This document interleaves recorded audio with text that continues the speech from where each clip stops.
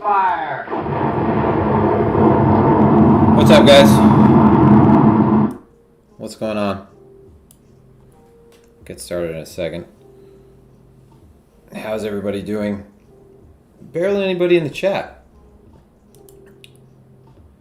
Let's see. Is chat working? Usually have a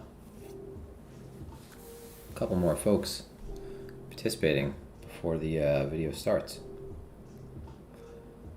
Maybe it's because everyone watching right now is not subscribed and should be, because I've actually set it so that if you're not subscribed to the YouTube channel, and obviously we would like your subscription, we would like your likes as well, you're unable to participate in the chat. So I think it's good because it helps filter out a little bit of the riffraff.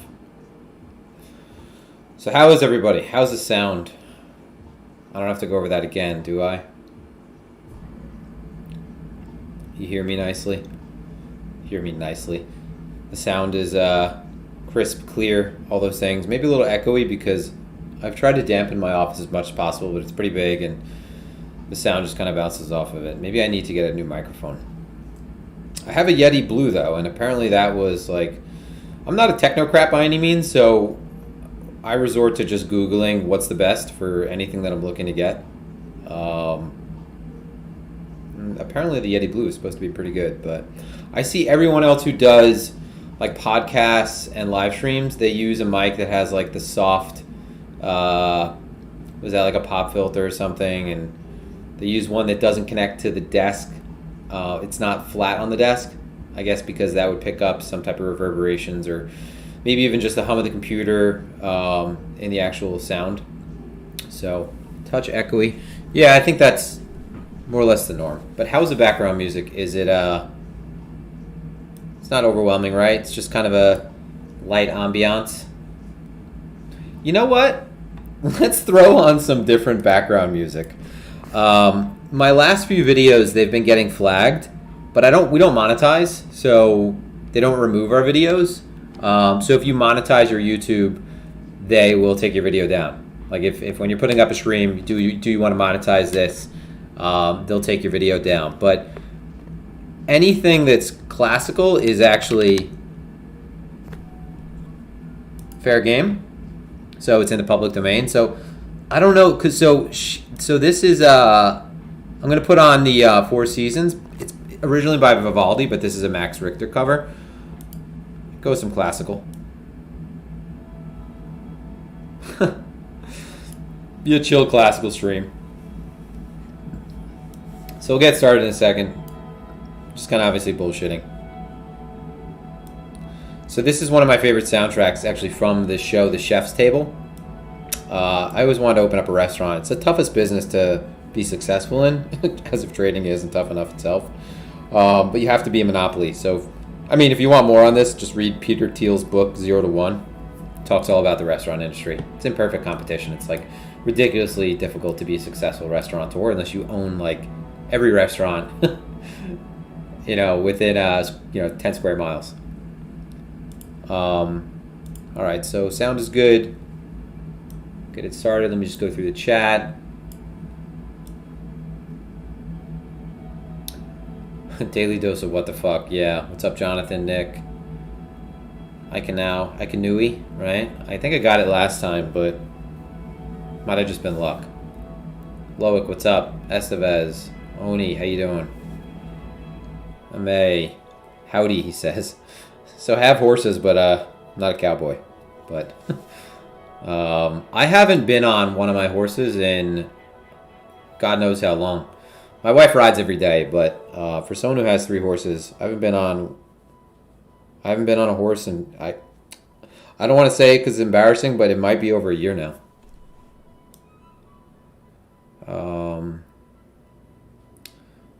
So, all right, Meridian, Ethan, what's up? Oleg, what's up? Lambert. All right, so some familiar faces, familiar names. Cool. All right, yeah, I do play golf. I'm actually, there was a time where I was a scratch golfer. I'm probably like a 5 or 6 handicap now. I was playing 5 days. For the longest time, I was playing, a lot of the time, I was playing 3 days a week, twice a day. But in the summer, I would get like at least 5 rounds in a week. I had a year where I went just absolutely nuts. I wanted to like try out for the U.S. Open, and it was kind of like a bucket list thing, and I felt like my life was getting away from me, and I'd never have a chance. And I play Bethpage Black, so I was playing that 5 days a week, and that was like, forget golf. I mean, you want to lose weight, walk and carry on that course 5 days a week. Okay, so yeah, I play golf, but I was a wrestler, a lacrosse player, a football player when I was younger. Okay, cool. So hopefully everyone's doing well. Welcome to the stream. I'm sure many of you are already familiar. My name is Ryan, also known as Cantering Clark. I say that all the time, like it sounds stupid. You guys know who I am. If you don't, I don't know. Do your own research. So just to be clear in the beginning, I have it in bold because it's the truth. And I haven't done a stream with my camera in a while. I made some adjustments on monitors, and I have to lengthen the wire because it's like I have them all fastened together, and I didn't give it enough slack. So I haven't had my face on the streams in a while, but I have a hoodie that I made that says none of what I say is financial advice. But as you can see in bold, right? This is not financial advice. Trading is extremely risky. You can and likely will lose all your money. So that's the truth. I've said this many times before. For those of you that are just coming off the sidelines, retail, no experience in finance, you're looking at probably 5 to 10% chance of surviving for 3 years. And then after that, it still drops off. Like, it's a tough game to stay alive in. And that's why there are certain rules you just never break, because they really increase the odds that you will find yourself on the wrong side of the risk of ruin. But, if you have a finance background, if you worked at a bank, you work at a brokerage, you have any kind of, not like some ridiculous pedigree, but if you have some level of formal exposure to finance, to markets, that actually goes up considerably. It's like a 30% chance. So it's difficult, right? The rate of attrition is up there with anything that is, any kind of outstanding pursuit. Being a professional athlete, being making it through buds, being a Navy SEAL, in terms of difficulty, trading is all the way up there. It's at the top. So you can't just wing it. If you don't have a plan, the market has a plan for you. So most people will lose all their money. Hopefully the people that continue to participate in these streams and show up will be, a small subset in the larger sample that don't fall in that, the meat of that distribution, right? Hopefully you guys are the few that are able to succeed. Now, we have, no, I won't even go into it. Anyway, so thank you guys for tuning in. On behalf of myself and my partner, Josh Rager, we're going to be doing these, like I said, a lot more consistently. This is my 4th stream this week. We're going to do 5 a week. He's going to put out videos. We have some partners below if you're interested in checking them out. Phemex.trade is the link to get access to Phemex, and they have perps and spot trading and, yield to generate on your stable coins if you're scared shit and don't want to be in a position. I don't blame you. And that is you could access that with just an email, so no KYC. Any other platforms you see, Exo charts. I look at a couple different things. So if you ever have any questions, feel free to ask me. People I specifically name Exo because I tell everybody, hey, if you want a template, if you want my template for Exo, if you want my template for anything, just hit me up. Hit me up on Twitter. I have to open my DMs again. I had a couple people hit me up on Telegram, and I'll absolutely share them with you. It might take me a day or two to get around to it, but I make those available to you guys. So if you're interested in using my templates. All right. So how are we feeling? How old am I? I'm older than probably 90% of people on CT. I'm not going to say exactly how old I am, but they make a joke about Gainsey being the old person in CT. Gainsey's grandpa. Gainsey's a few years younger than I am. So, what's up from PR? What's up, man? Okay. All right. What's up, Josh? Cool. All right. So, how are we feeling? Bullish, bearish? I mean, we'll get into it in a sec, but the market's about to rug. Mitchell says market is about to rug. All right. Well, let's look at the high time frame really quick. I took a bunch of trades this morning. I took too many trades towards the middle of the day. Like going into lunch, I was just getting a little bit liberal with my positioning. I had some really good trades to start the day, and then gave half of it back. Ended up taking a walk with my dog. I had the contractors in my house. It's been kind of a pain in the ass the last few days. Contractors taking up the entire house. I've been stuck in my office, as if I'm not stuck in my office on my own period, but again, sort of cooped up, over trading. Normally I would step out, go to my kitchen, hang out in the living room, just meander around the house, take a break. And I don't know, I didn't because, again, my house is kind of taken over. So ended up going for a walk and came back and slammed an absolute monster short. And yeah, that was a kill shot. Haven't done anything since. So we'll go over some of those plays, how I'm looking at the market right now. Rug on World War III uncertainty now. So actually, just real quick, wars represent just as Josh said, uncertainty. So initially, you'll see that wars will have a negative impact on markets. Go figure, right? Normally, some type of very quick thinking about positioning and mental shortcuts, heuristics, whatever, is a poor decision. But just imagine this: war is bad for fucking everything. So in the short term, war is bad for markets, right? Now, let me just turn this music down a little bit. So in the short term, war is bad for markets, but is it something we could expect to continuously jolt the market? No, not necessarily, right? So this is not something that I am worried about having major spillover into the market. I think there are other things that are there that are obviously a lot more important and worth paying attention to. And if anything, this is kind of a distraction. And who knows? Maybe it'll be used as a distraction to take away from the fact that people's fucking money is just, it is programmatically just being eroded away due to inflation. And CPI is like a fucking. Excuse me. I'm supposed to, tone down my F-bombs during the streams if I'm going to do this consistently. God forbid any kids show up. But CPI is a gentle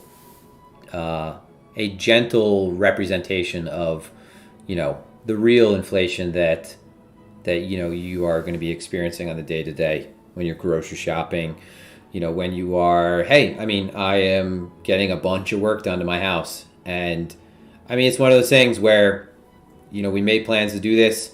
We bought this new house, had ideas for it, locked in the plans, and, I wish I could have bought all this wood a lot earlier, but it is what it is. And that's the thing, you start getting accustomed to eating things like that. I'm happy that I'm in the position where I am, but there are some people that eating things like that means eating the cost, the increase in meat, the increase in, you think of anything that you need on the day-to-day. So that has obviously a drastic impact on people's well-being, bank accounts, especially when most people, a lot of people live sort of paycheck to paycheck, right? And the middle class is more or less being destroyed before all this. So this is, war represents uncertainty.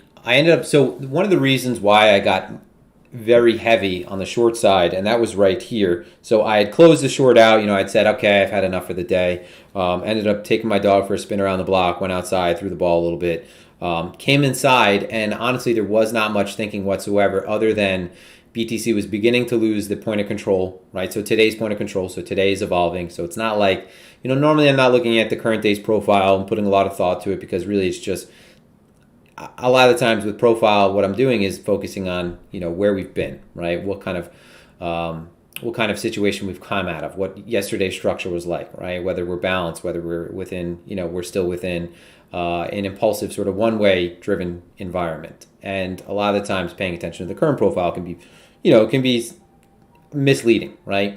But one of the important details was that, we had a lot of effort towards the highs, stacking this distribution towards the highs. We had just broke down, from rotating off of what this structure is, which is the midpoint, right? So midpoint of this structure, but it's the point of control for this entire weekly setup. So, we're looking at, the one impulsive day up, the first day that ultimately formed this range, formed the extremes, very balanced day, effort, drive up to the high, failure, and then we rolled right off of the POC, right? So I was at, I had been long short a couple times leading up to this, and each time I was more confident than the last that the move was going to go in the opposite direction, right? So I'm really confident in the long. And then, flow begins to change a little bit, and then suddenly I'm thinking, okay, no, the lack of the follow through there means that this thing's going to roll over on itself. Ended up psyching myself out towards midday, right, giving half back. And then once we started to roll back through this structure, right, so if we look at just where most of this activity occurred, so here's the value area for this, the last week, right? But if we look at the structure in terms of just on a high, resolution, oops. So initial days high, low. Yeah, and I'm talking about initial day because this was a trend day up right here that's within this weekly profile. You can't really see it. Oh, fuck, you can't see it at all because it's off screen. So let me just adjust that. All right, there we go. So trend day right here, right? Blow off day right here. Just drawing this profiles they might be a little light. So high, low, and then looking for a 2 to 3 day, range to develop where you have value overlap. And you had that perfect inside day, perfect value overlap. Again, another thrust towards the highs. So this by all means, right? Maybe this under here is the second deviation. We had a deviation at the high, maybe this is deviation at the low.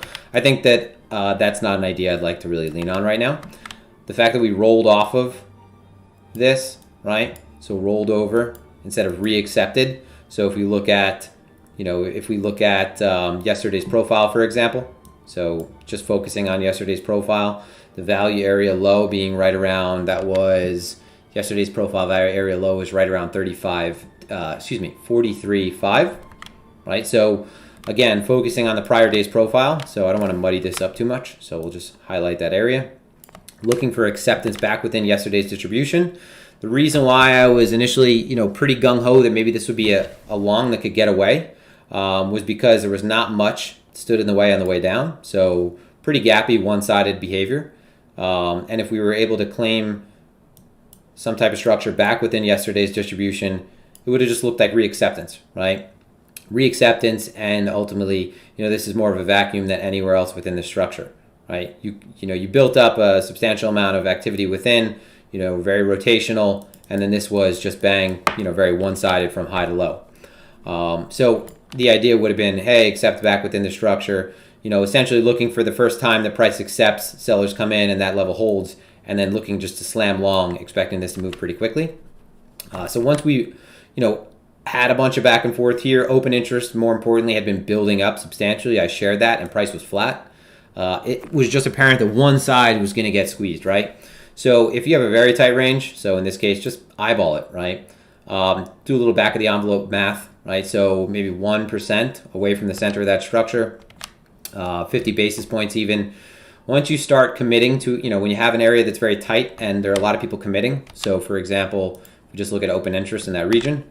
So that's right here. And you can see that at the beginning, you get a wash, and then from the center on, you see open interest going up. That stable coins actually took off coin margin. But price not really doing shit. That is just, those are people committing to positions, and that's really just tinder, right? It's fuel for any kind of move in any direction. So once we started to spill over, that on its own, I would have just stayed flat, honestly, because I had been banged up, just prior to that, just prior to taking that break, when I had a fair level of certainty. And just to be clear, I'm wrong a lot. My hit rate now across the board is like 57%. So I'm wrong 43% of the time. Okay, so in this kind of environment, taking these trades, they're like base hits anyway. None of these trades really are standout trades to where I should say probabilistically that they have,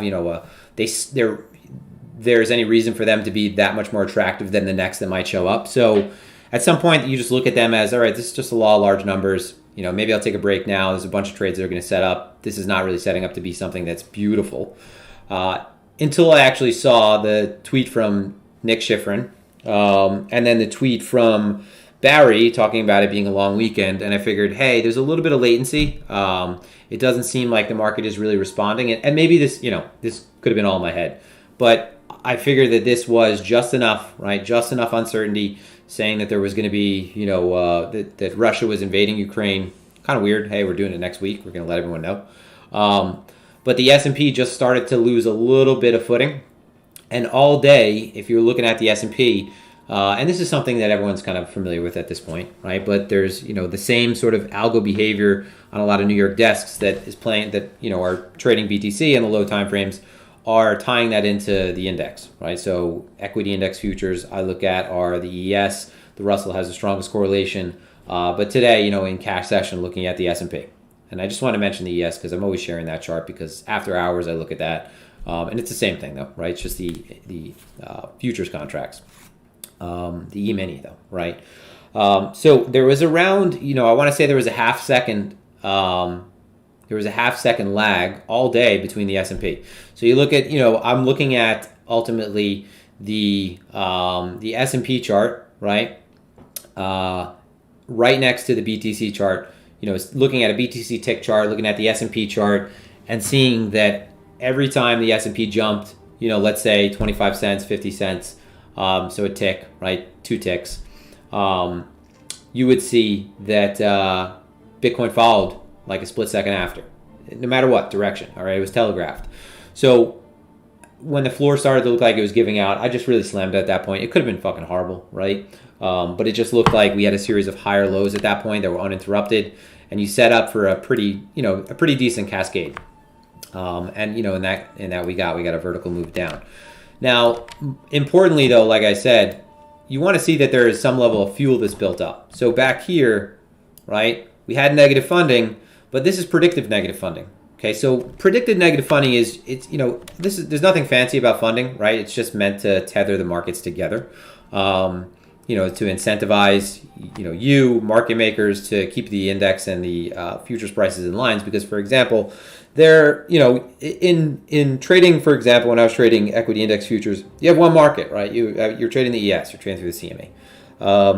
You have Bitcoin across multiple exchanges in crypto, and it's Bitcoin, but they're all, it's kind of like, if we're being really specific, they're all different products almost, because they're on different exchanges. There's different traders. They're being, traded and arbed by bots across exchanges and market makers. But it's kind of like they're different products. But when you're looking at predictive funding, it's derived from basis. So it's a derivative of basis, right? And ultimately, basis being either, the future trading is at a premium to spot, or spot trading at a premium to futures. And predictive, in this case, predictive was negative down here, and then going increasingly in the positive direction over time from the structure. So, one might surmise at that point that, maybe shorts were closing out. That could be one thing, because that, if the futures market is trading below the spot market and shorts close out enough, you're going to be lifting the futures market price closer to the index. But as that was happening, right, you have stablecoin margin contracts, open interest going up. Okay, became very flat over here. Stablecoin margin contracts just went up out of nowhere with really no price action right here as well. And again, everything shifting towards a positive direction. Now, this just represents fuel, right? Now, you could do your best guess to figure out what side is most aggressive and what side is potentially offsides, because, if we're just trading in this vicinity, and this is why if it's really tight, it's easy because you don't have to be predictive, right? For example, like the Sharpe ratio of people that react and respond tends to be higher than people that predict, okay? So in this case, if you have a very tight region and you have open interest that has gone up and price hasn't done shit, well, even if it's 1-for-1, right, and all that risk was tagged on here, and you have a very balanced day that's formed either way, right? So your balance, your day, your value area is down here, your value area low is down here. It was right around 43, excuse me. So value area low is down here, highs up here, but in this little region that gets even tighter, ATR is dropping, open interest has gone up, still high, right? So still high overall. You have a trigger really around the exterior of the structure, right? Because at this point, anyone who got involved here and is responsible for that open interest, they have to decide, hey, I'm going to hold or I'm going to close. So I think also it's most important to focus on if open interest changed after you've left, because in the case of, let's say, for example, price had been hanging here, open interest has gone up, and then we're down here and you haven't even seen a decrease in open interest yet. Well, I'm not letting go of that position yet, as long as we're below that structure, because those longs are still holding underwater, right? We haven't even seen them puke yet. So from a positioning standpoint, there's a lot of different trades in a low time frame to take. But once that, breaking news hit the tape, and the market lost a little bit of footing, liquidity dried up just ever so slightly, you already had the tailwinds from the S&P, or, in this case, we'll just call it an anchor because it was pulling the crypto market down. So there's plenty of fuel for that follow through. Does this all make sense? So now we're just going to look at local structure. Does this make sense? And I'll be right back in 1 sec because I'm just going to grab my coffee.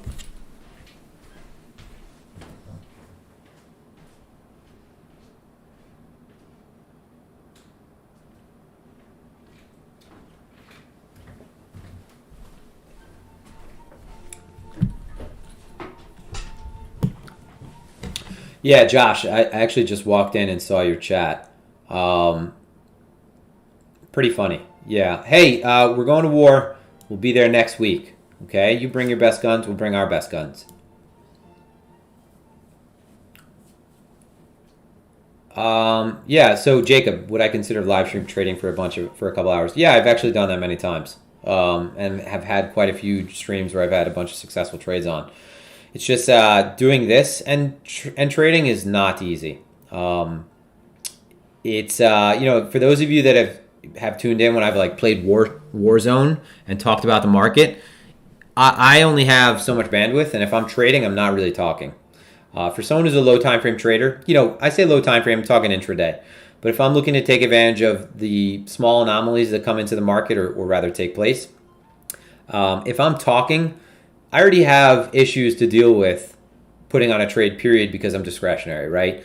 It comes down to how fast I can click the mouse. Me being in the right position, making sure that I am ready to, you could have a hotkey, for example, but I don't want to have any friction in the process of me trading. So what I found is that when I did the streams, I did a lot better when I didn't really talk about the market and I just traded.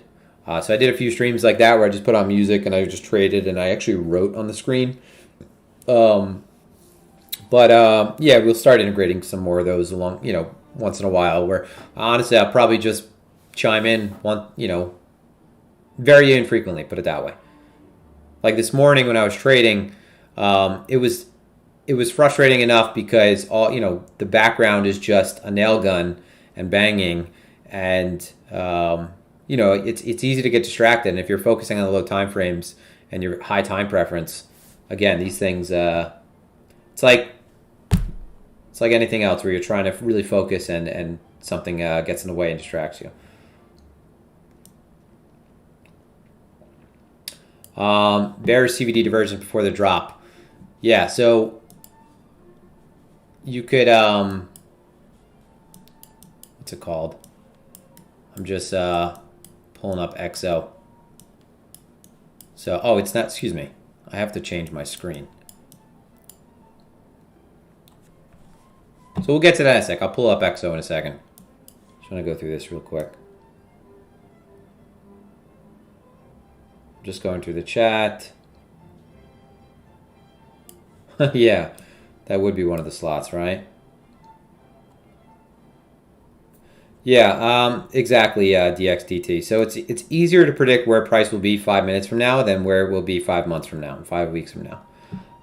And then on the very high time frames, though, it's almost like it's a little bit easier to predict where it will be. Like it gets back to being easier to predict. Or maybe that's just you know, a level of survivorship, or the fact that out of our sample in history, markets have only gone up. So it's easy to say, like, you know, hey, where do you think the S&P is going to be in 20 years? Up and to the right, right? All right, so let's go over this chart. So I have a couple things on this chart. I have the weekly TPO, so time price opportunity, where we spent, in this case, 68% of the time. So 70%, 68% of the time. One standard deviation, right? And this is a pretty Gaussian distribution. So this week was, you know, this structure up here is balanced. Go figure, it was a range, right? So one of the first signs of balance is when you know, after a trending period, so we had a couple strong impulsive moves up, very one-sided, buyers in control. One side of range beginning is when you have, you know, this is nuance to this, right? You know, a blow off top might continue up, might not be something that is something you just mark off and check box and say, okay, it looks like a blow off top, that has to mean it's a top, right? So it's easier to tell in hindsight, but when you have something like, you know, a big rejection like this, price folds very quickly, and then you are forming balance within value, or you have value overlap. Right, so if we look back on, what's it called? The well, this is a little light. So this is the day prior, right? Value area. Here's the value area. I'm just marking this off so you can see, because I have it faded just so I could barely see it. But bunch of value overlap, right, with this final trend day. So you're looking for inside value to form, right? That's what happens within a range, right? It's going to happen where you have more value overlap than anything else, because fair value is beginning to be established. You know, agreement, put it that way. That's the best way to put it. Fair value, agreement, buyers and sellers are finding agreement. The market's looking to find fair value. You know, markets, when they're trending, it's a sign of inefficiency, right? New information is being absorbed. Market is trending, you know, one side is overcoming another, yada, yada, yada. So this is where we spent between, we're looking at 43 and 44.4. So 70% of the structure was established between there. 43 is a few things, okay? So it was basically the range lows of the structure. So we're looking at the first low that was put in. So first high and low put in. I mean, not for nothing. It's when a range is beginning, just mark off this high, this low, right? When you have, you know, the signs that a range is beginning, value overlap, you know, trend day unwinds on itself, you know, large absorption at the highs, or, you know, a bunch of kickback, a lot of things you could look for. Highs and lows of that day, you're usually going to see them revisited, right? So it's usually a good opportunity to get re-involved there. And why is that? Well, most people are placing their stops there. That is sort of the criteria that they're looking to lean on for a breakout. And, you know, crypto is full of first-time breakout traders where, you know, absent a catalyst, the market isn't going to just continue to rip up, especially after it's folded on itself like we did on the 8th. So, you know, revisit back to the high, revisit back to the low is kind of just a very mechanical setup. Easy to get psyched out because you could have a good amount of overthrow. But I would say, you know, where would people put their stops? Usually 1%, you know, 50 basis points, 1% outside of the structure. You could use a 30-minute ATR or just a percentage and place your entries outside of that level if you're looking to, to catch something running through that for a fade. But this 43 level, so it's lows, right? It is now this is developed more, so it's dragged. So the benefit of this day having transpired now is that it's actually dragged the value area down. But the value area low of this weekly structure before this day in relatively the same area, right? So you have 43 being a weekly level. So it's a prior weekly level. Okay, so a prior weekly consolidation before we broke down. So that was the high. And this was also the value area high of a prior range. So if we go all the way back, we're looking at this structure back here. So where value had developed, where we had balanced temporarily before rolling over. So re-accepting back within a range, you're normally going to see price sort of fall back into the same behavior it had prior. On the first go, you'll probably see price cover that level very quickly. But this level is the first area we were looking to see a retest if things were very bullish, right? Because as I said in the last few streams, if let's say you have, and this happens a lot, long period of market breaking down, consolidating, takes the highs, breaks down. The idea is that the break of that low leads to continuation. You've seen a bunch of that before, so this one has to be the same. Price catches you on your heels, and then you have a reversal, right? The sign of a really strong reversal is when the top side of this prior range holds. So the top side of the structure holds as support. So, you could say it's the daily level, it's the weekly level, but as I've said, and this is, I can't remember who said this, but it's the best way to put it. Bitcoin doesn't trade that tight. It doesn't have a laser-like line in the sand. It's got a loose shoreline. So the value area high of that prior structure, you'd see some violation of that level, but if it holds, that is very bullish. So getting involved there made sense, right? Multiple tests at that level, now failure. Like I said, this is my criteria for being flat. And I'm more than happy to get back in the market, but for me now it means either buying higher or buying lower, right? So if we just look at the weekly, okay, and these levels I have on the chart, right? Standard deviation bands. So this is from the beginning of the week. This is our weekly VWAP, right? So weekly VWAP is I said the point of control. Point of control is a static thing. After structures established, the VWAP is more realistic as to where the risk is put on within the structure, right? So the point of control is going to be based on, where it's going to fluctuate depending on the tick size for the TPO, right? Because if I have a high tick size and these are chunky levels, the point of control might shift, right? So the VWAP is honestly the VWAP for if we're looking at the weekly TPO, I would put on a weekly VWAP as well. You want to see how that risk has moved over time. So again, where most of the risk has been isolated, and in a really balanced distribution like this, with highs and lows tapped with relatively the same intensity, or the same relative intensity, the chances are your VWAP is going to be in the center of the structure, and your point of control will be too. Right. So great distribution. Bravo. Clap it up for the week. So we're at the lows of these 3-4 standard deviation bands.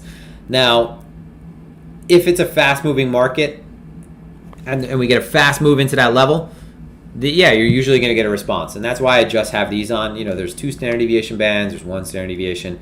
I want the extremes, right? So I closed my short down here for a reason, right? So I closed my short at 42.26, I think.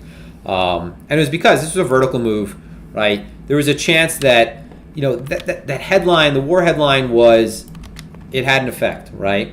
But there's a chance that the markets were overreacting, okay? And sure enough, Delta One or Walter Bloomberg came back and said that something, I don't remember what the exact tweet was. I shared it actually on my Twitter. So let's look at that.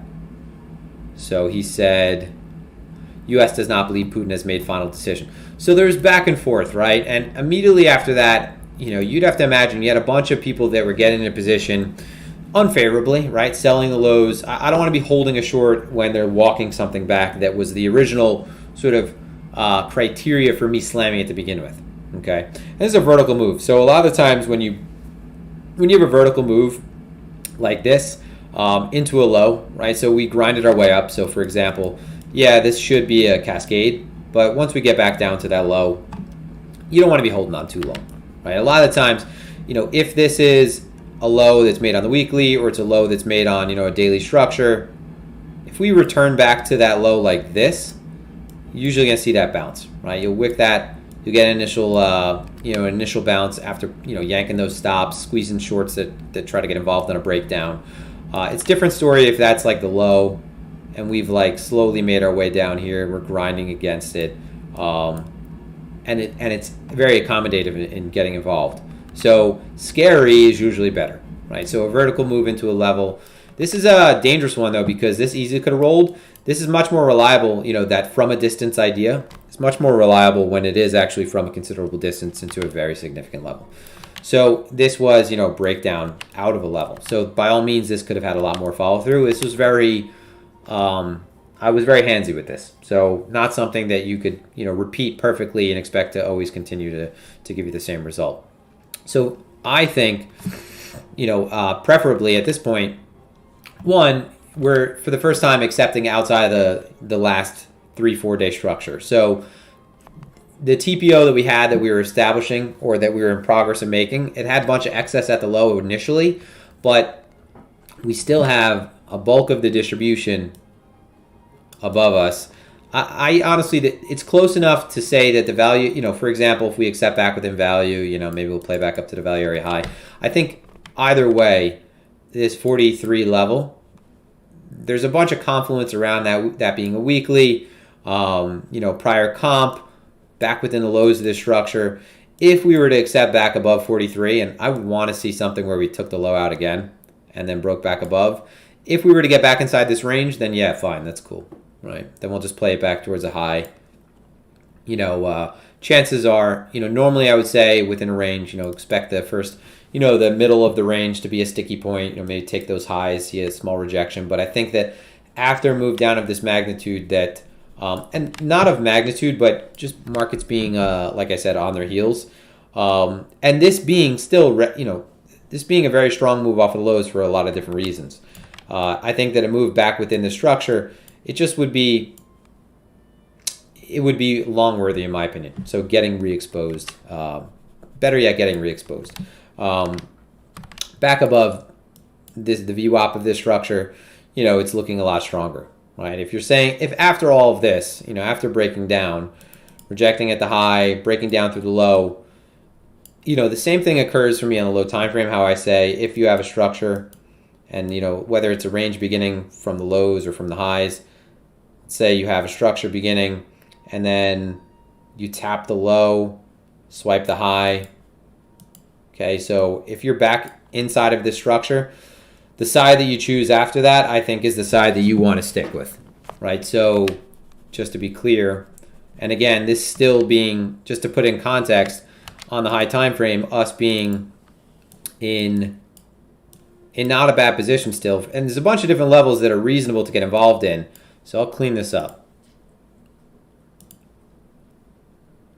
Standard deviation bands. Let's get those daily profiles out of here.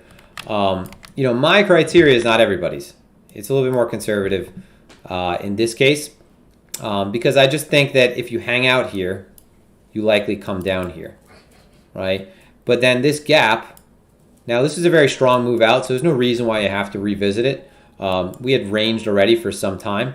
This was a more one-sided range than clearly this was. So that was one of the first signs that this was showing strength relative to previous structures. Also, very consistent negative funding, neutral negative funding across the board, whereas these were on and off. And then non-farm payroll leading to a positive move. That's kind of a, hey, this is the last straw for bears, right? They've thrown everything at the market at this point. That's the worst news you could have had, right? Because the Fed has basically, an open runway at that point to tighten. So positive news, positive move on bad news is, that's sending a very, very clear message. But all in all, the higher time frame structure, like we could still come down here. After this type of move, it's not a given. You have a CME gap down there still. But, more importantly, this 20 period, this is a significant flip, right? This is a pretty significant line in the sand. It's dynamic at this point because, it's moving. It's a lagging average. It is a good area to expect that you would see a response, right? And if we're moving sideways and down, it's going to meet us, right? If you just move sideways perfectly, it's just going to flatten out, right? It's just an average. And again, this is just the arithmetic mean. It's just an MA. I don't use an EMA. So there's no weighting at all towards the ladder price behavior. But we could still take this low out and this still, be a bullish structure. I just, I obviously am a little bit more choosy with where I get involved and my confidence in around getting involved in those areas, because obviously that might not happen. I might end up, for all I know, this structure, since we've taken the high and now if we're, we already took the low though. So that was my point. If you have a structure where you have a high and a low established, we'll just go to extremes, pulled, and now we've rolled towards one side and hung around. Just think about it like the wicks, the same as the excess on a TPO, the meaty part of the TPO. So if this is our balanced region, this is where price was accepted, right? Very accommodative, plenty of liquidity, relative agreement. That's why getting involved in the middle, don't diddle in the middle, is a bad idea, because you don't have an edge there. That is where fair value is. That's where buyers and sellers are happiest. You want to get involved at extremes. Extremes are the areas that price was not able to hang out in, right? It was rejected. It was cut off. It was not accepted. It wasn't there for more than a second. Well, in this case, if you're looking at a TPO, it's 30 minutes. But the point is, where you have excess, where you have rejection, where you have these liquidity grabs, these swing failures, it means the price didn't spend a lot of time there. It swiftly moved out, very quickly moved out. So if you have a region where you had a wick, so if you're looking at a low and you're like, this is a great low, and imagine price comes from above, puts in a low like this, and you look at a wick and you say, wow, I got a great daily candle because, look, buyers brought it all the way back up. Well, if, the subsequent candles do something like this, that's pretty bad, because whoever was there earlier, they're not showing up now, right? This is not accepted, this is accepted. TPO is a better example. TPO is a better depiction of that, but idea is still the same. We're hanging out at the lows now. We weren't able to hang out at either side originally. If we were hanging out at the highs, I'd be expecting us to move much further up. So down here is kind of where I think we're headed if we don't reclaim 43. I don't know if we'll just chill right here. Maybe we treat the top side of the structure support, whatever. I'd end up having to buy higher. But I think that if we're seeing, and especially if we have heaviness in the S&P, my dog is licking herself. Stop that. Hey, stop that. It's a very disturbing noise. She's in my office right now, but when she licks herself, when she's sleeping, when I'm sleeping, it's a gross noise. Just put it that way. So chances are we could very easily take out these lows. I honestly think that if we came down here, that'd be a great buying opportunity. Now, why? Because it's, any kind of area that looks like, oh, fuck, is usually great for somebody. And it's usually somebody willing to gobble up all that liquidity and take the other side of that capitulation. So, a big move off of the highs like this, and we fall into, think about why this looks like, oh, fuck. Well, it's because, hey, this was everything to us. We leaned on this for our reasoning of, why this was strong, right? I said, this 10% candle usually leads to follow through in the 3 days that follow. I was trying to quantify that a little bit more because I used to have a sheet, but it was old data anyway. But sure enough, 3-4 sigma move usually leads to follow through in both directions, right? So especially after, in this case, contextually, 50% off the highs, first signs of strength at the low, and non-farm payroll leading to a big rip. Okay, so there's plenty of reason to get behind this. So this is sort of like everything to us. And it's, if the market comes down to this level, it's like, oh, that was like the reasoning for, the argument to begin with that things were looking great. And, because of that, it's usually a really good area to get involved because there's a lot of participation that occurs around there. But again, if, and just to be specific, I think if we look at this structure, you're looking at, it's ugly, but you're looking at right around that 40 handle. And if the market takes its time to come down here, maybe these things will line up nicely, right? Your 20 period will come and meet price. And you see a puke into this level, right? I think that that'll give us usually you get a very strong response when you go back into a gap like that. Ugliness is when it doesn't leave fast though, right? If you get one of those candles that breaks into it, gets a fast response and you're left with something like this, and then you're rolling into it, well, just look to the other side of the structure, right? Because usually that's just, if price wasn't accepted prior, you wouldn't want it to be accepted, this time around, right? This is a pretty obvious gap. I've been talking for a while, last week, trying to be more specific with you guys about low volume nodes. So low volume nodes, if we're looking at this profile, and let's say it was like this is where I usually want to get involved, right? So where the low point is, when you have an area that really didn't have shit, and you have two ledges, it's usually around the extreme you want to get involved. So usually we're going to run that, right? So run these lows, maybe wick into the midpoint of this region at most. But if you hang in this area, it's a vacuum, right? So one-sided, not, very facilitative of trade on the way up, right? Very air pockety. So there's really no reason why it should act as support if we hang there this time around. So you should see the market very quickly, jump at any kind of opportunity to get involved here. And if it doesn't, right, if you don't have a hasty participant, well, then you're not going to have a market that's continuing to go up. So it'll make sense. We'll go down to the daily a little bit more specifically. So there's a couple things that were interesting today. There was a bunch of spoofy behavior on Binance. So just going back here, and a lot, there's not a whole lot of reasoning to advertise your position well in advance. So there's been a lot of conversation about this, but advertising it costs nothing, right? So any kind of positions on the books, they don't really cost anything. You could do anything. If you have size, you could write your name in the book. Glenn did that. I've messed around just to test the latency of the books. I've placed 10 million contract orders in. I did this with an altcoin, just to see how fast it was placed on the heat map and how fast how long it lasted. So actually, I mentioned this on Trading Light, worth knowing. I gave the comparison of the star. When you place an order, it's very quick to respond. So I placed a limit order. It showed up near instantaneously. When I removed it, it wasn't removed until about 15 seconds later. So if you're relying on any kind of bid or ask, just imagine that it might be gone already. So up here, there was a 250 and a 600 BTC sell order that looked like it was trying to cap off price, right? So the initial order was traded into. So this is something that's important because a spoofer usually a lot of time doesn't want to get hit. They'll flash, they'll remove. So if you're seeing this behavior at a low, they might be trying to spoof price back down into their orders, to get filled below, right? And then price trades up and they don't want to get filled short. They don't want to get ran over. So in this case, the offer was following price and actually was willing to get traded into, which is, first thing to pay attention to. They're willing to do business.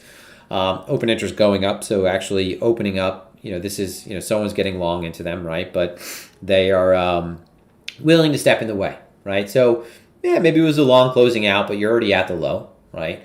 So it didn't seem like it was necessarily a spoof, but then it would disappear, pop up at the low, right? But as soon as price would move up slightly, it would cap off price again. And it looked like it was walking price down at some point. And again, sort of synthesizing this with, at this point, beginning to have more of a short thesis. We're rolling off the POC. Price is failing to accept into the prior day's value area.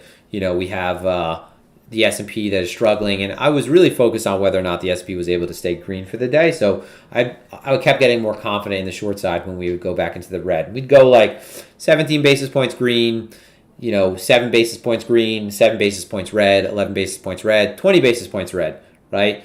40 basis points red, 20 basis points red. And I'm looking at this. All I'm doing is looking at the day on the S&P.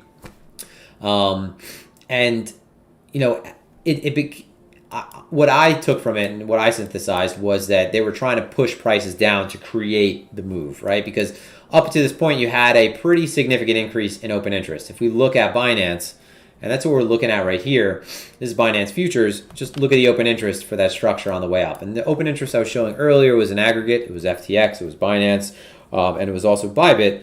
And this is specifically just Binance.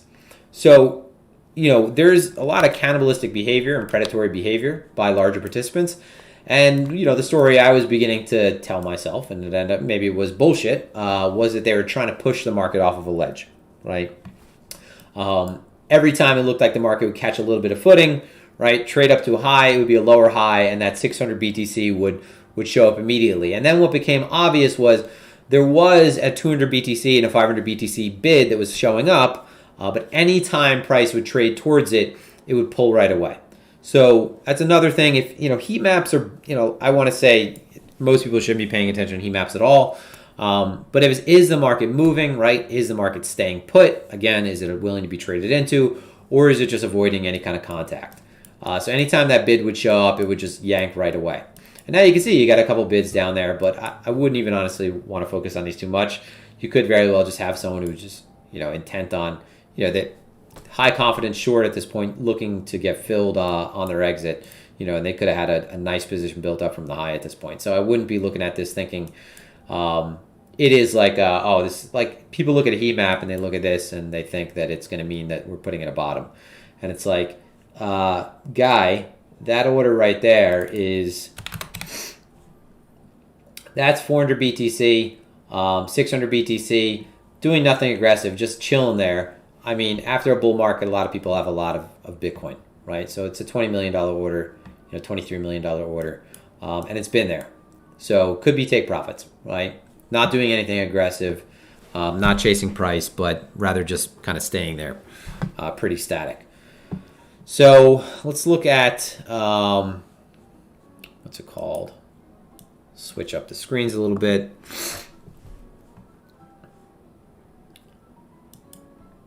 So no trap yet. I mean, you're getting selling into this low, right? But it looks like you have some just longs closing out at this point. That short's not going up, longs closing out. So maybe we get a little stop run. So below the prior low. A lot of the times, like, a stop run will not be graceful. So, you could very well have someone who's just willing to catch that stop with bids below. And you see some orders on Binance, and if we go to FTX, you get a couple orders there as well. But a lot of the times, like, stop runs are gonna burp. Okay, so, and this is, well, a stop run that burps is usually a bad sign because it means there's a lot less liquidity around that area. So what you'll see is if you have a very obvious low and the low is swiped, you'll see sort of a temporary pulling of liquidity, or just liquidity evaporates around the level, right? So, you won't usually get this perfect stacking of volume below the low. Instead, you'll see that price will burp, spreads a blowout, and then most of this will just fall into a void and stack much lower. And then you won't even really see any kind of volume at the low of the structure. You'll just see some zero prints. So, instead of, in a stop run usually, because it's not going to be something that most people get time to take advantage of at market. So if we looked at the structure right here, a stop run usually would be, price would burp through a level, most of the volume would come in at the low, and then all of this, right side along that volume would be like zero print, zero print, zero print, because price had moved so fast. The ask, right, if you're looking at the bid offer, didn't follow down, right? So your ask just, for example, stayed right here, and the bid just evaporated and never chased price down, which is a good sign, right? Because it means, there's no passive selling, no one willing to passively offer that. But a lot of times, just because, again, the best way to describe it is it just burps. So, without losing 43, like I said, I mean, if we just look at the TPO today, you have no excess, no major reduction of open interest. So I think you still have some people up here that are, obviously hanging on. Price is bullish, right, from the lows. People could be holding this underwater still, willing to, add to this as we move lower. But no excess yet, right? Price just hanging out down here. Just not a good sign, right? I said earlier, I don't like to look at TPOs as they are built, but there's a couple times where you could glean a little bit of information from it. It's usually when you have, like, you're halfway through the day and you have a disgusting high or a disgusting low. So, like, let's say that we're halfway through the day and we have a profile that looks like this, and has like a low of like 5 TPOs. It's like, all right, I mean, chances are that we're running that thing, right? So if price is up at, for example, you know, if we have a low that's, if we have a disgusting low where a distribution might look like this, really blunt, fat bottomed, belly-ish. Let's say price is below the point of control and it's at, like, just for all intents and purposes right here. Let's say it's at 44. I mean, for me, it's like this is increasingly high probability that it's a short, at least to this level. Because you're going to see that this is going to, you know, again, burp out that low. Run that low, or either, you know, if it falls below all that volume period, it might just puke. So let's just go back to... So, I mean, you have a level that stands out right here. You have a naked point of control right around 41.5.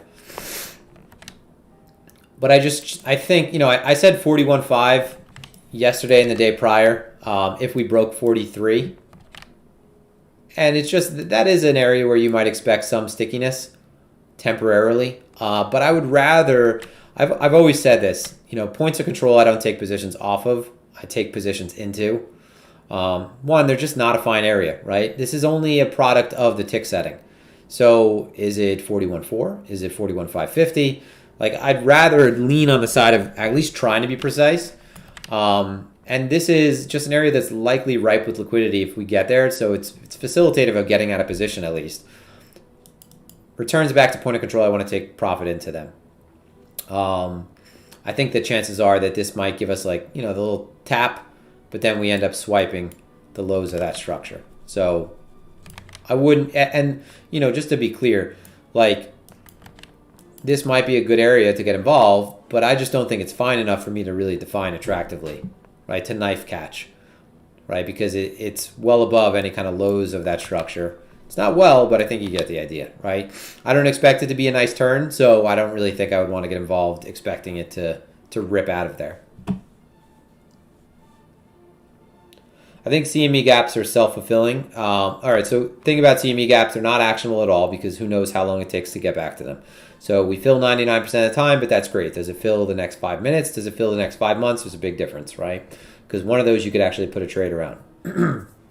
Now, right, depending on what proximity we are to it. So that gets to another thing. Or I'll say this other thing first. One, crypto has... It's only been up only, right? So survivorship means that any CME gaps that were created down have been filled. So voila, I mean, we have voila, right? Because voila is what a magician says, and voila isn't that Arabic? I don't know. I don't want to sound like a fucking moron. So anyway, we'll just avoid saying either of those words. So what was I saying? Shit. So price has only moved up over time, right? So in the high time frame, Bitcoin has done this, right? So CME back here, 2008, 2009, 2018, 2009. 2008 was bad for markets. 2020, 2019, 2020, 21, 22, wherever we are now, right? You know, much higher than that. It's not going to be. Oh shit! I'm not on the other screen. We did it. That's okay. So we'll redraw that. So either way, price has only done this over time. It's gone up. That's my point. So CME was started back here, 17, 18. Okay. So any gap that occurred down has been filled, right? So just survivorship alone meant that those gaps were filled. Now, it also fills gaps because it has a really high ATR, right? It's got a ton of variance. So Bitcoin, oh my God, I was about to say Bitcoin. Bitcoin, so markets are non-ergodic. So that means is they don't visit all possible states. But Bitcoin almost does, right? It's almost like it wants to go to every single price point. And not meant, that's not meant to be taken seriously, but I think you get the idea. So it has a very wide range, or it has a tendency to put in very large ranges. So any kind of CME gap that has occurred in the past just has been likely to be filled. I think CME gaps might be actionable when they are close. So just do a little thinking, little game theory. So let's say that here's a CME gap. Price has built a structure over the weekend, and now we've opened over here. So if we're just hanging out above the CME gap, I think that it might be reasonable to assume, and let's just add a little bit more context. We're hanging out above the CME gap, and we've actually taken a high, and now into Sunday evening, this is where we are. So consolidation took a high. So you think maybe we look lower, period. Now you have a CME gap. So anyone who's looking at this and thinks about CME gap might think, well, why would I want a long right now at these lows? Because we got a CME gap. And then another part of the market thinks, well, maybe this is a really good short right now because the CME gap, right? We have to close the CME gap and we're right here. So those flows alone might be enough to enforce what ultimately comes as this closing, right? People stepping out of the way, enough sell pressure stepping in. Who knows? Could cancel it out, but either way, they're not actionable enough for that to be consistently applied, or even for me to even care about applying it. Right? I'd rather have some other factors you're leaning on to get into a position. Yeah. Okay. Voila is right. Okay. I figured because Allah, so, but I've definitely used that one incorrectly in the past, or I was thinking of voila, and then, voila is like when you're done with something and it's like, look what I've done, right? Or, we've finished cooking, voila. Here I pulled the rabbit out of a hat, voila. All right, let me not dig myself into a hole of just absolute brainlessness. All right.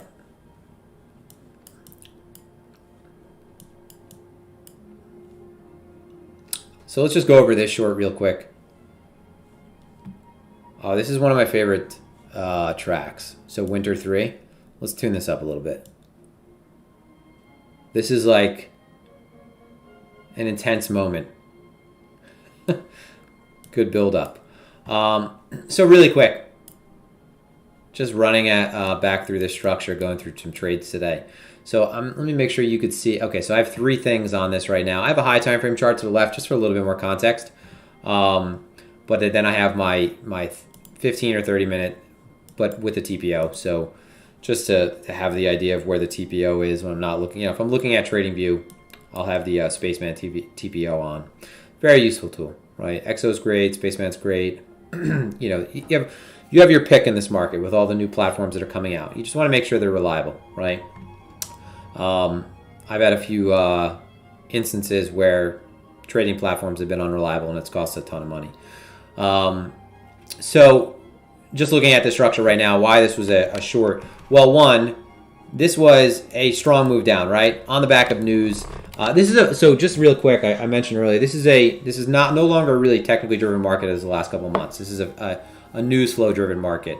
So headlines, normally announcements that would be that legacy markets would be sensitive to. So the biggest days and trading year for example, the ES, the FOMC, non-farm payroll, any kind of conversation now around anything that involves inflation, any kind of update, last minute meeting. First of all, last minute meetings, that's happened many times before. It's quite frequent actually, and it hasn't led to any rate hikes.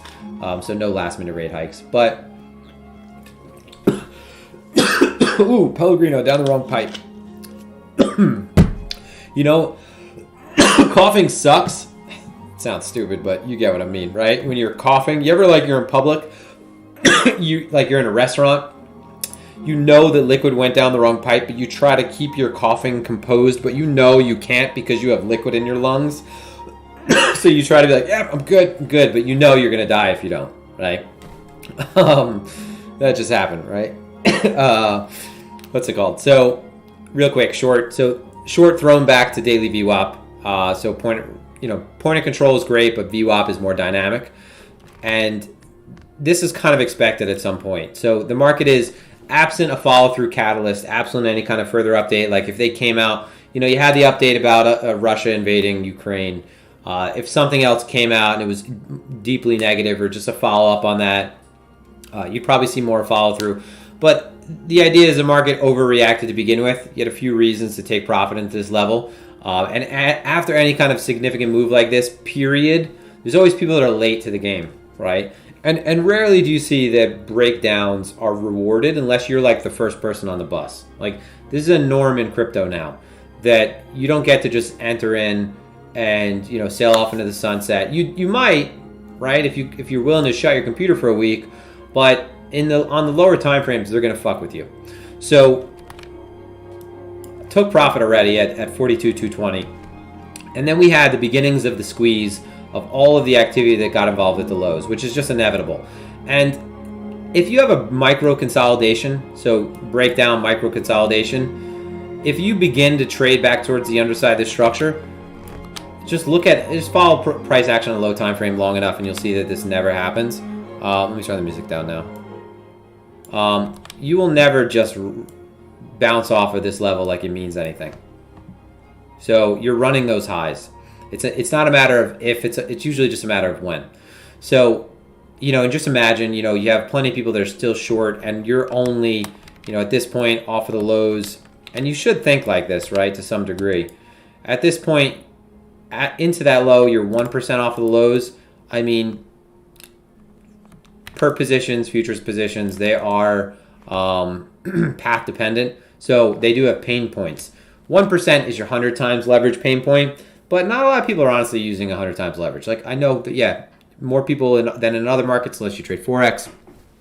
Equities, you get 3 times leverage, but 1%, once you start rotating back up and you have a local high, it's just 99 times out of 100, 99% of the time, you're going to roll that high. And if you haven't, if you're just hanging out up here, it just hasn't happened yet. That's just, I feel like it's always been the case lately. Just expect a throwback. And this is honestly why, if you're not a low time frame trader trading around positions, then you are going to get thrown out of your positions if you're not ready for this, right?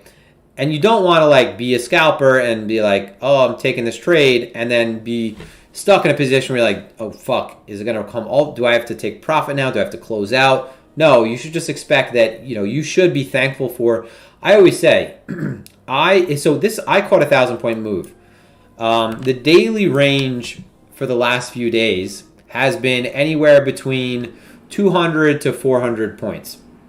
So not the daily range. I'm talking about the average sub-period rotation size. So 30-minute ATR has been anywhere between, we'll say, 200 to 400, say 300 points, right?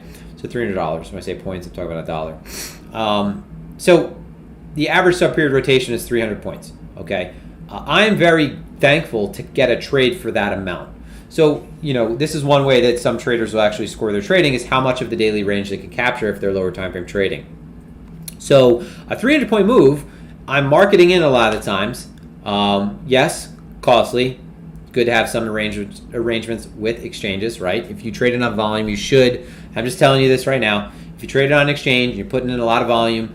One, they'll start VIP programming you, and two, you could usually start negotiating some level of. This is probably not true. It's probably only true if you have enough following on Twitter. I'm sorry to say that, but that's probably the case. But if you're trading on majority of the exchanges, now it's like on Binance if you hold enough BNB, on FTX probably if you hold enough FTT, on Coinbase it's based on volume. So on Coinbase this would be right. But if you market in, you limit out a 300-point move, and you're scalping, that's awesome. Like, someone asked me today, can you make money on that? And I'm like, yeah, what are you talking about? You fuck things up if you are dumping into an empty book, right? And if your exits are not timed right, and you're thinking about exiting at the most obvious area, the book's probably going to be emptied, right? Because that's why I front run things all the time. I front run the ideas of my, where I think higher time frame resistance is. There's either going to be a chance that I think it's going to throw over, or it's going to get front ran, or rather that it's a good idea to expect an overthrow or to get front ran, and I usually front run it, right?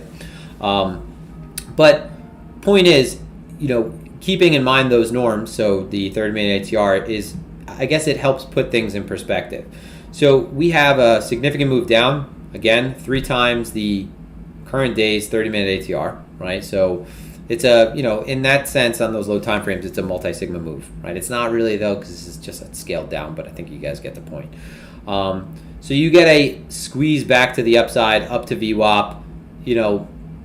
If you've been doing this, you refer to this just as market speed, right? The market came very quickly into a level. Usually, that's something you could fade. There was no reason to expect that this should just reverse on a dime and rip all the way up. So this was a good fade, right? I got involved at 43.50. You had some longs trapped at the highs, so I'll go back to that.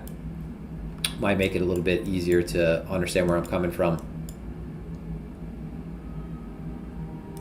So let me switch the screen and just roll back. Hold on one sec.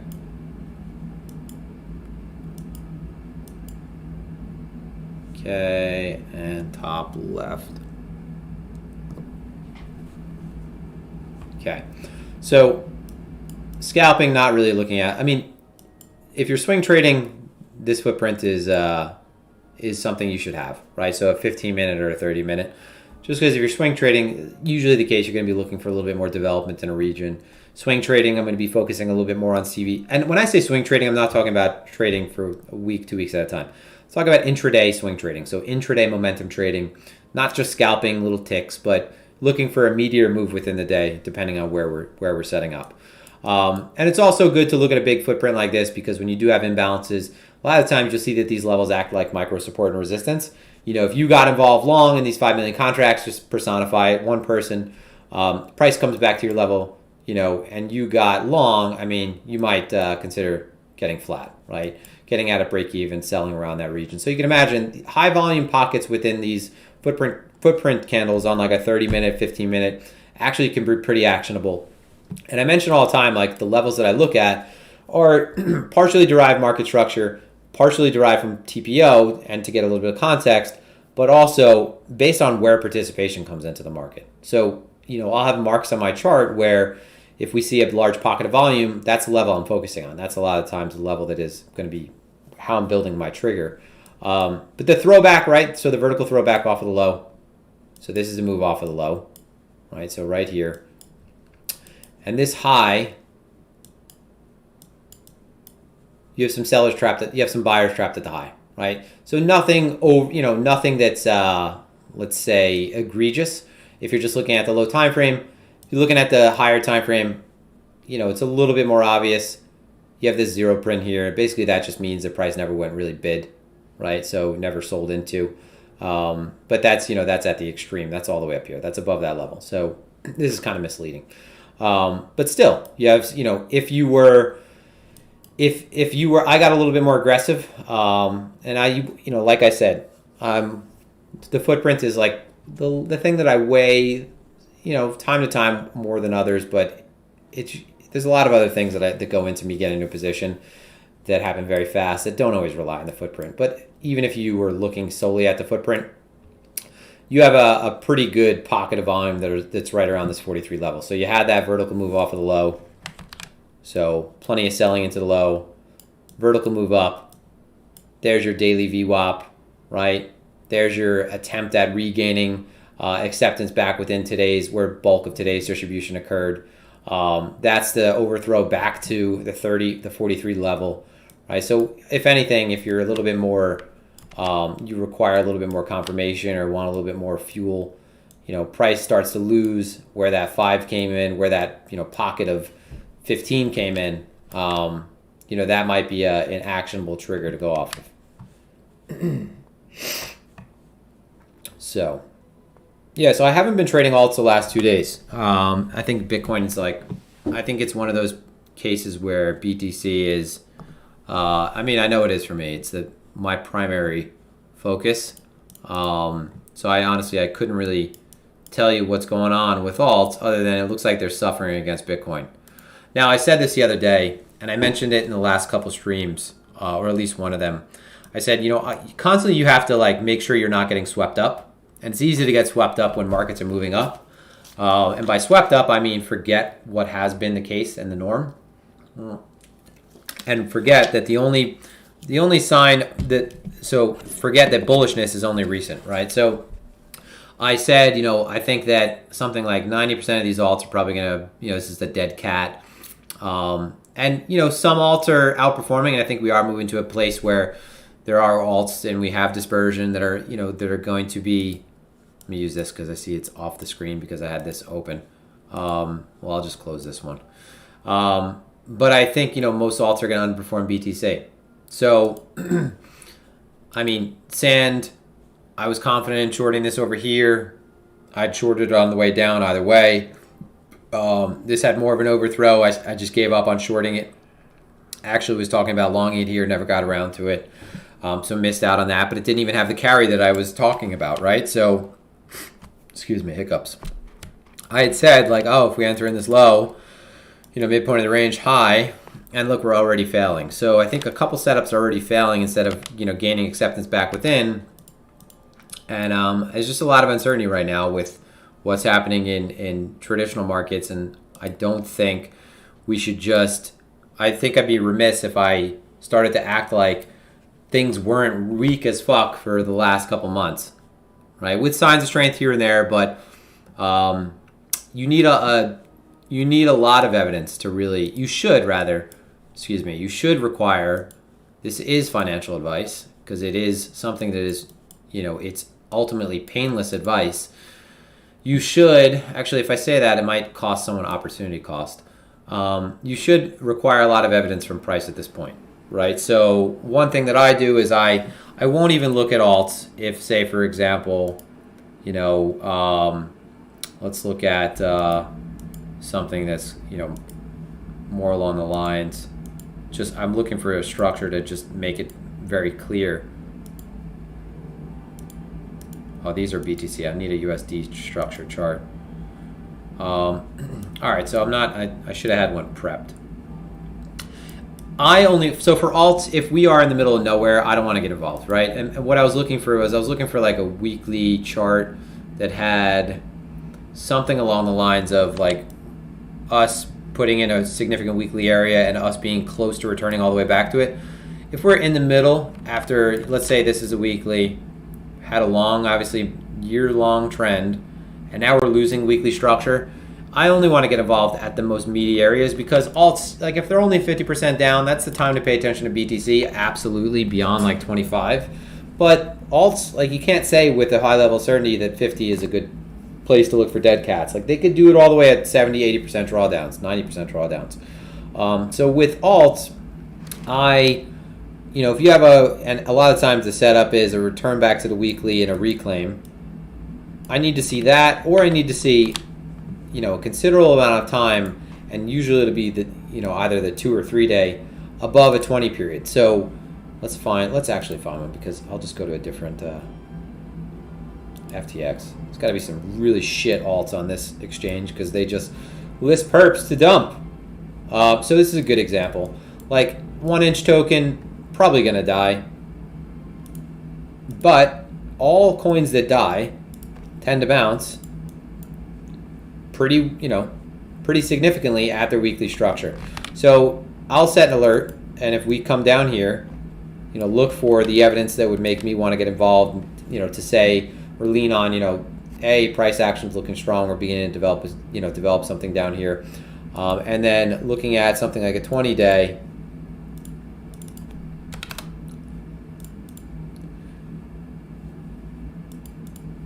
So, because we're on the weekly chart, that's right. I was like, why is that kind of odd? Us either moving sideways, at least seeing the 20-day move sideways, and us holding it. But like I said, with BTC, I like the 20, but with alts, I would rather more evidence. So, and you could, you don't even have to change this. You can just change the indicator. So I'll just put this on the 2 or 3 day. So just a little bit more conservative. So unless we're down at that weekly structure, and there's a lot of alts that look like this, right? They take time to get down to that point. So for example, there's actually a good example right here. So I wasn't even privy to this. But this would be an example, right? If we're able to develop something down in this region, so maybe we stab down a little bit more, take out these lows, and they begin to box out, well, I mean, it doesn't matter if the thing is dead or not. Usually you'll see that you'll get significant bounces.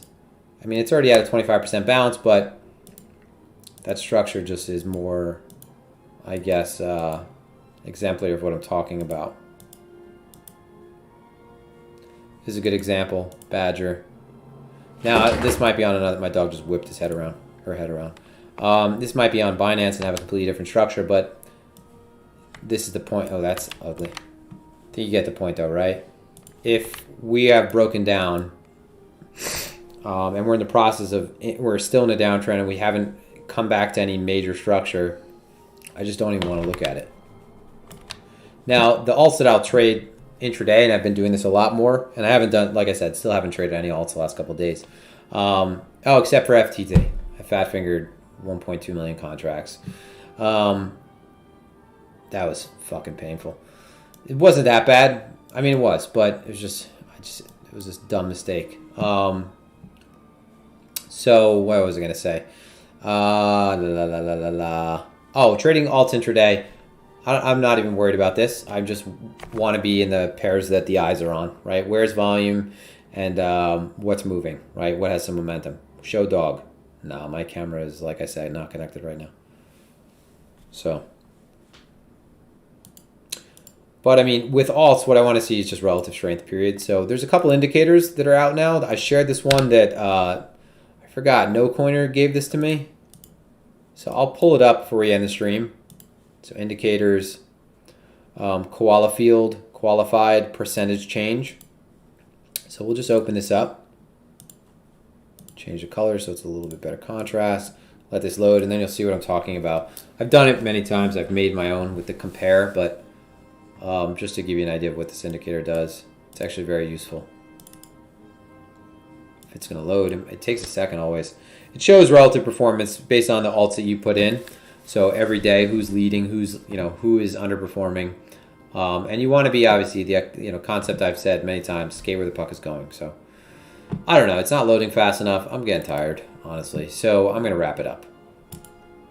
That covers it. Thank you guys for tuning in. If you're interested in the templates, hit me up. Be sure to check out Phemex at Phemex.trade. And until next time, have a fantastic weekend.